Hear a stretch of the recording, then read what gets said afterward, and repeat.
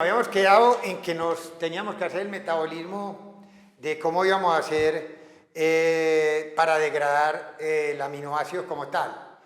Y lo primero que hacemos es tener en cuenta cómo metabolizamos R, la cadena lateral de los aminoácidos. Entonces en eso tenemos que preguntarnos primero que todo. Para determinar el efecto ácido-base de la cadena lateral, simplemente nosotros tenemos que decidir qué tipo de las 5 reacciones se aplican para eso. Hay cadenas laterales que son de grupos catiónicos. Entonces, lisina, arginina, histidina, que van, al ser metabolizadas, pues obviamente van a producir hidrogeniones en forma neta. También nosotros habíamos visto que fuera de liberar protones, también los aminoácidos que contengan cisteína en la cadena lateral, que tengan sulfuro, como la cisteína y la metionina, tienen grupos sulfuro en la cadena lateral, terminan generando H2, SO4, y eso termina liberando carga ácida. Pero hay algunos grupos de las cadenas laterales de los aminoácidos, como el glutamato y el aspartato, que son aniónicos. Y son grupos laterales aniónicos que consumen protones y por lo tanto generan, entre comillas, por ley de masas, un bicarbonato. Entonces sería el glutamato y el aspartato que crearían darían una generación de bicarbonato neto en el cuerpo. Y había unos grupos laterales que son neutros, de aminoácidos que no contienen sulfuro, que no acidifican ni forman básico al organismo, alanina, valina, leucina, y que no tienen ningún efecto sobre el estado ácido-base. Pero si nosotros vamos viendo, ahí ya hay por lo menos una tendencia neta a ver que las cadenas laterales más son acidificadoras que formadoras de bicarbonato, o que es lo mismo, consumidoras de hidrogeniones. ¿Qué vamos a decir nosotros con el resto de la molécula? Vamos a referirnos que a pH del cuerpo humano, el grupo, por ejemplo, amino, el que teníamos como NH3, está positivamente cargado, y generalmente el grupo carboxilo, para el pK que tiene, en el lado opuesto está también negativamente cargado. O sea que tenemos un grupo amino, acá, NH3, que para el pK que tiene, generalmente va a estar positivamente cargado, y el grupo carboxilo no va a estar como COH, sino COO, cargado negativamente. Entonces, si yo por metabolismo desamino produzco ion amonio, y si yo cojo el resto del esqueleto carbohidrato, que es aniónico, termino diciendo que hace las veces de un anión orgánico. ¿Y cómo vamos a terminar con esto?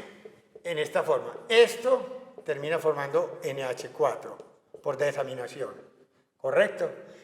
Y en el otro lado, que nosotros teníamos esto, va a terminar siendo un anión orgánico que va a ser metabolizado consumiendo hidrogeniones. Este lo va a coger el hígado, le va a meter CO2, forma urea, más agua, más 2 hidrogeniones. Entonces este es un productor de hidrogeniones y este es un consumidor de hidrogeniones. Entonces este efecto de esto se anula con el de esto. Y yo puedo decir entonces que el efecto que pueda tener sobre el estado ácido-base el metabolismo de una proteína depende más bien del tipo y de la cantidad de grupos laterales que tenga el aminoácido, es decir, de R y no de esto ni de esto, que ni el amino ni el grupo carboxilo. Entonces, el que me va a determinar El efecto neto es si yo tengo en el grupo lateral, voy a tener o una tendencia a producir hidrogeniones, o a producir bicarbonato, o a tener una tendencia neutra. ¿Cuál es el efecto neto de la dieta? Que es lo que a nosotros nos interesa. La mayoría, o sea, tenemos que ser muy claros, la mayoría, no todo, de los carbohidratos, la mayoría de las grasas van a ser metabolizados a productos neutros. Entonces, desde ese punto de vista sería una reacción de tipo 5. Neutro no tiene ningún efecto sobre el pH y el estado ácido-base del cuerpo. Sin embargo, una pequeña fracción, una minoría de ese metabolismo de carbohidratos y ese metabolismo en la grasa van a terminar generando ácidos orgánicos. Y esos ácidos orgánicos ya sabemos que a pH del cuerpo van a liberar hidrogeniones cuando sean colocados al pH del cuerpo. Y van a acidificar ligeramente los líquidos del cuerpo.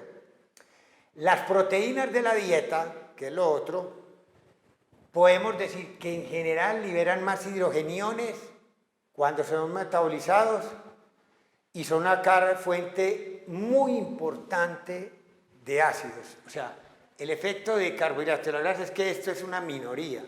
La gran mayoría de la ganancia de hidrogeniones en la dieta nos las va a dar el metabolismo de las proteínas de sus grupos laterales.